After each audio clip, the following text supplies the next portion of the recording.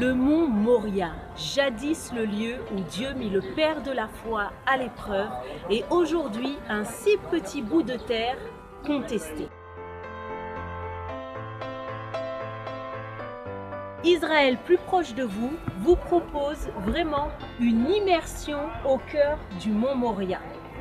Que s'est-il passé dans ce lieu? Pourquoi est-il si important pour les croyants? Les réponses, c'est maintenant! Bonjour Loïc. Bonjour Stéphanie. Merci pour ce temps que tu nous accordes. On est là pour parler du mont Moria. Est-ce que déjà tu peux nous dire ce que signifie le mot Moria? Moria, la signification de Moria. Vous avez entendu plusieurs interprétations, plusieurs significations de Moria. Je vais vous donner ce que je pense être la signification sur une base d'une étude faite en hébreu biblique. On a une contraction de deux mots avec Moria. Le premier mot est mort, qui est un dérivé de la racine léamir, du verbe léamir, qui signifie littéralement échanger contre. Donc on a cette idée de remplacement. Il faut prendre quelque chose pour en donner une autre à la place. Le deuxième mot, on a le mot ya, qui est une contraction aussi en hébreu du tétragramme biblique, composé de 4 lettres en hébreu, Yud, Ei, Vav, Ei, et qu'on traduit généralement par éternel. Moria pourrait signifier donc échange de Dieu, ou Dieu a échangé. Cette signification prend tout son sens avec les événements d'Abraham, auxquels Dieu lui demande du moins, de sacrifier son fils.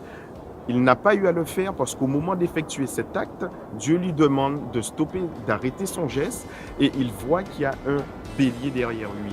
Il sacrifie donc le bélier à la place de son fils Isaac.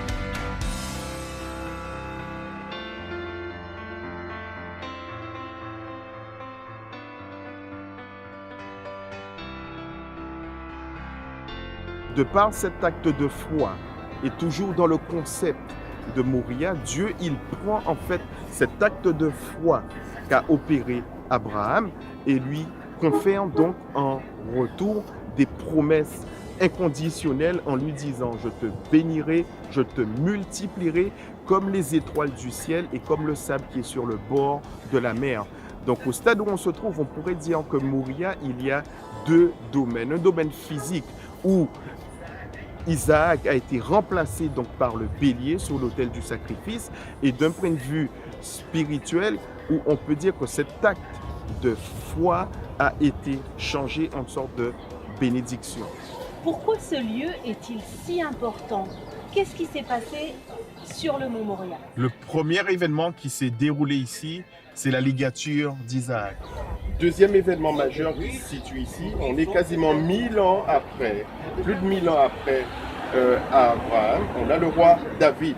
Le roi David, il commet un péché, il veut faire le dénombrement du peuple d'Israël, et ça ne plaît pas à Dieu. À l'époque, c'était considéré comme un manque de foi vis-à-vis du Seigneur qui avait promis de multiplier Israël comme les étoiles du ciel et le sable qui est sur le bord de la mer.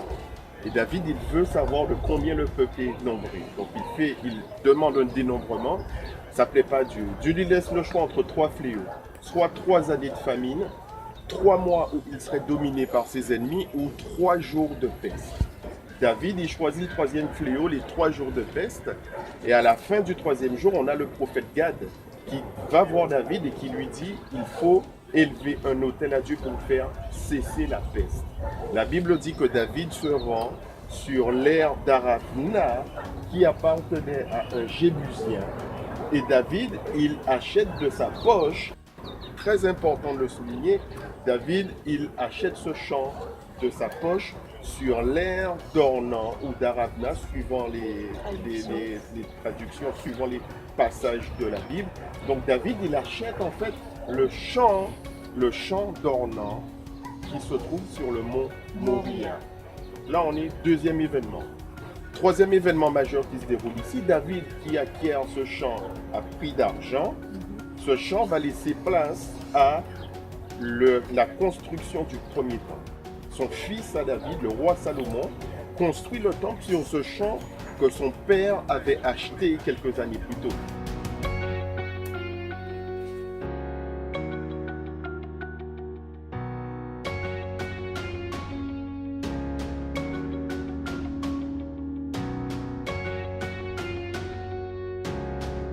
On a donc 3 événements majeurs qui se déroulent ici sur le mont Moria. Premier événement, la ligature d'Isaac. Deuxième événement, l'achat de l'air d'ornement par le roi David. Et le troisième événement, c'est la construction des temples de Salomon et de Zorobabel. Tous ces 3 événements-là ont eu lieu en seul et même endroit que la Bible appelle Moria, ou suivant les traductions, Morija. L'appellation du mont Moria a laissé place à celle du mont du Temple. Loïc, si on comprend bien ce que tu dis, ça veut dire que quand dans les médias on parle du mont du Temple ou qu'on parle de l'esplanade des mosquées, on fait référence en vérité au mont Moria? Pour les musulmans, l'esplanade du Temple, qu'ils appellent du coup l'esplanade des mosquées, est le 3e lieu saint de l'islam. Donc suivant un petit peu les communautés, les juifs et les chrétiens préfèrent parler du mont du Temple en référence au temple de Zorobabel, de Salomon avant qui était construit ici, alors que les musulmans vont préférer l'appellation de l'esplanade des mosquées. Donc les amis, quand vous entendez ces 2 appellations dans les médias, sachez qu'on fait référence à l'appellation biblique, premièrement, du mont Moria. Merci les amis pour votre fidélité. On se retrouve le mois prochain pour une nouvelle immersion en Terre Sainte. Alors à très bientôt à Jérusalem.